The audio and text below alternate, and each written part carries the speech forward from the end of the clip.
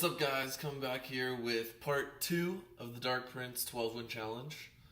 Got my good friend Piggy back there. And let's jump into it. So playing against this guy, Gmachis. Send him a thumbs up here. And like I said, guys, this Dark Prince deck, and I've said this before, it's really good for having double pressure, if you will. The Hog is countered. The way the Hog is countered is really similarly countered by the Dark Prince. People will put down a skeleton army to counter the Hog, or they'll put down like a building. But people will also do the same thing for the Dark Prince, so it really opens up a good spot for you to make a good attack with the Dark Prince or the Hog. So right here he's got a baby dragon and a Valkyrie running down the lane. And we're just going to tank with the Dark Prince and let the Fire Spirits get a couple hits.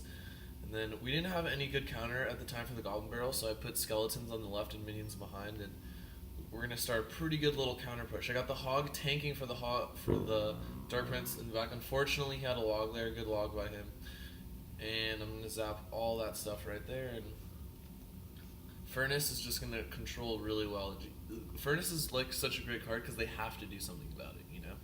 Otherwise, if they don't make a move, they're just going to take a bunch of damage. And as you can see here, put just another Furnace down. It's relentless. Actually, I don't put the Furnace down. I decided not to. And, ooh, perfect Electro Whiz right there. Stopping that Goblin Barrel in its tracks. Spawns with a zap. Like I said in the last video, I think Electro Wizard might be a little OP, but we'll see if a nerf comes out soon. So here we're just kind of chilling. Probably going to put Furnace down now. When it's in these times of stalemate, if you will, where nothing's really happening, Furnace is great because then it really facilitates a move that needs to be made for the opponent. See right there, boom, over 100 damage right there onto the tower, just like that. And the Furnace is going to keep going. He decides not to make a move, and skeletons right there counter the elite barbs, bring them even over to the other side. Dark Prince is going to do some good splash. Defend the Electro was right there. He puts the... See, guys, that is not a good placement for the Goblin Barrel. That was not a neat zap for me.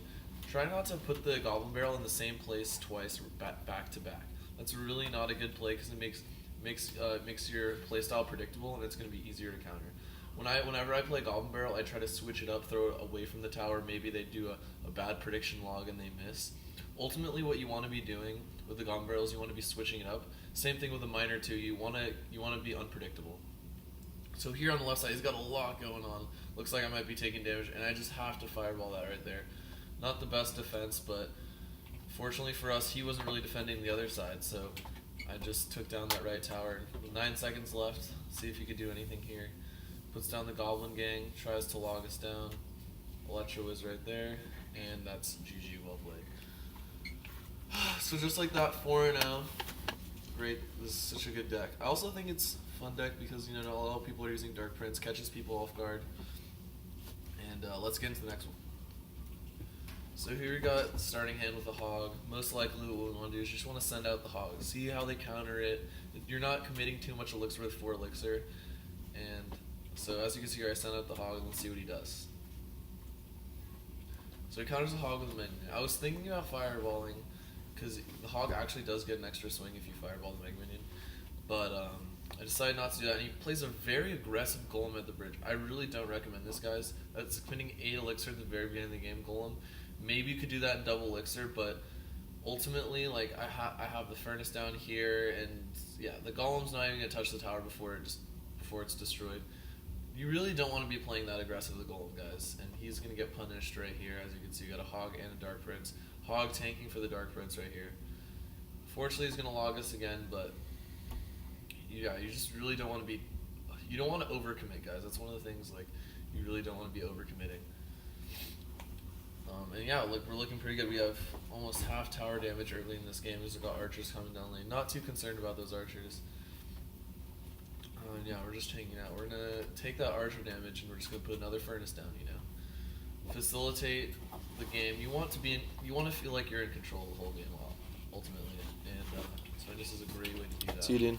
Yeah, he's going to put another Golem down. I'm a little more okay about this move. He's going to take for that Fire Spirit. A little high up, though, and we're going to be a great, you know. The Dark Prince also really good on defense too. It's like a very tanky troop. First, before we put the Dark Prince on, I put the skeletons for the Inferno Dragon. Unfortunately, it zaps them down. But yeah, zap, great counter to the Inferno Dragon, obviously resetting it. And yeah, we destroy the Golem before it gets to our tower again. And got some minions, Electro Wizard running down the lane. He's going to have to defend that. Now I throw that Fireball down, and ultimately, that's a good move because sometimes you have to make negative elixir trades. Now, of course, I didn't have to throw that Fireball, but it's really important to know that like fireballing that those archers allowed me to put down these fire spirits, allowed me to put down the furnace where he had to make another move. If I had never done that, the archers would have taken down my fire spirits, and maybe he'd be playing this differently. So ultimately, it wasn't too bad of a move. We got shipped off his tower, and as you can see here, his golem doesn't even get to my furnace. Like, it's just so good right here. Yeah, not the best defense right there. It was a little sketchy, but oops, got that right there. So a little bit of counter push with the Dark Prince. Electro was behind. Just set up another furnace. So here, I sent out my hog while these archers are already facing it for several reasons. One, where the archers are placed, I could send a prediction fireball so that the archers will be killed in addition to any defense that he puts down. Because if you remember, he put the archers in the way back, which means he was sitting on elixir. So, knowing he doesn't have a building, because there's 8 seconds left here, and we know that there is, we know his rotation, and we know he doesn't have a building, I send a prediction fireball knowing that he's going to put something else down in addition to the archers, so we get extra value out of putting this hog down here. So although it might seem weird to like send a hog into archers, you know, it's like, oh, why don't you just sit back and play something else? I actually did it to get extra value, as you guys can see. So now I'm going to go through the push fully. As you guys can see, the hog with the prediction fireball just completely annihilates those elite barbarians. And then those elite barbs with minimal health running down the lane just get swept up by those fire spirits.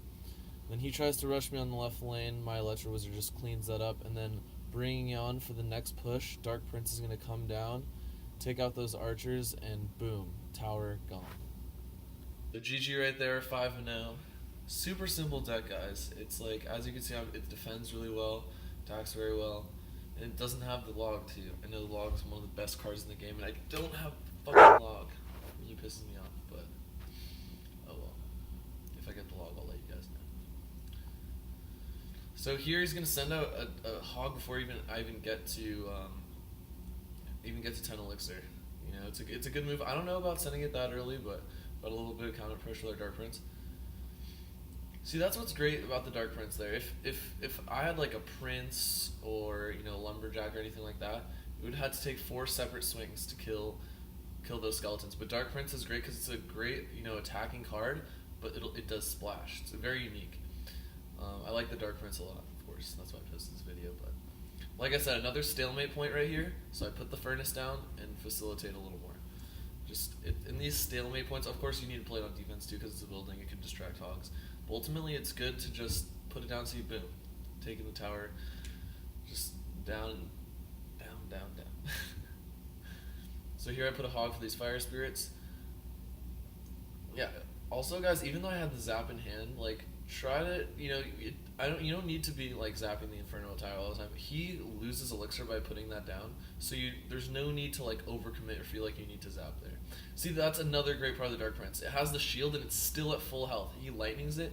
A Prince, any other card would be a very low amount of health. So this Dark Prince, bam, kills those archers. No other card would have killed those archers and hit the tower just like the Dark Prince did right there. And look at that, these fire spirits running down the lane. Both fire spirits are actually going to hit the tower. I cycled the skeletons and both fire spirits hit the tower. And we are just chilling right now, guys. This guy does not look like he has a good answer for us. Zap these skeletons down so we can get a couple more hits. One more hog swing. There we go.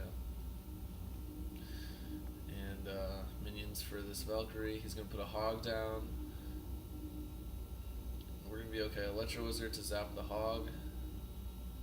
God, Electro Wizard's so good, guys. It does so much damage. Oh, almost killed those archers. We're okay. Archers are going to die, and we're just going to put another furnace down. gonna lightning our furnace there. Not the best value. He's gonna lose 2 elixir on that, so we're gonna be okay. He's gonna rush in hard, and I think we're gonna defend that just a-okay. Electro is down, and this counter push should do right here. He is definitely low on elixir. Okay, he has the Inferno Tower especially, but here I zap because I know he has to be low on elixir. Like, there's no way he's doing anything else. Fireball. I mean, okay, it's 286 left, so Fireball and Zap will do it. I'm just trying to, I guess, cycle to Fireball and Zap. Because Fireball does 229 or so, so.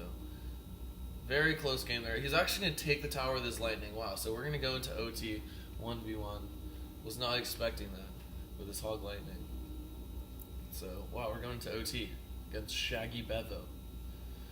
So he's going to cycle Ice Spear and Archers here. Not really too concerned. Might send out a Hog. Okay, sends out a Valkyrie here.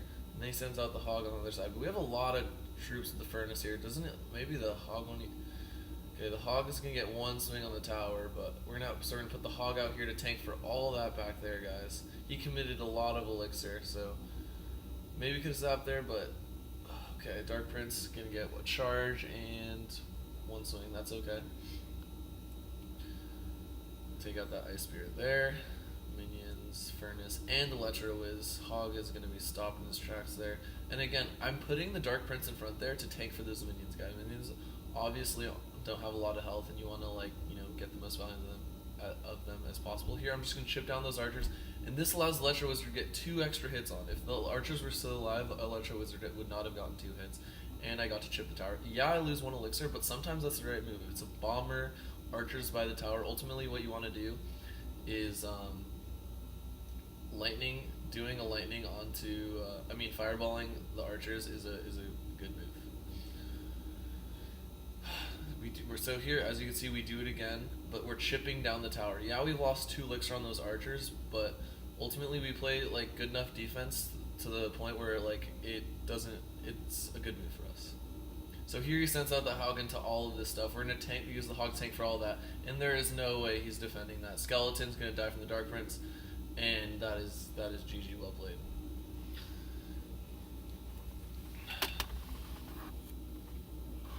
Sorry guys, my friend Wyatt was texting me there.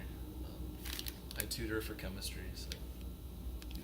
I think that might be the end of the video for this one. It's approaching like 15 minutes, so don't want it too long, and we'll get to some more games afterwards. Hope you guys enjoyed that one. Coming out with part 3 next Friday. And see ya!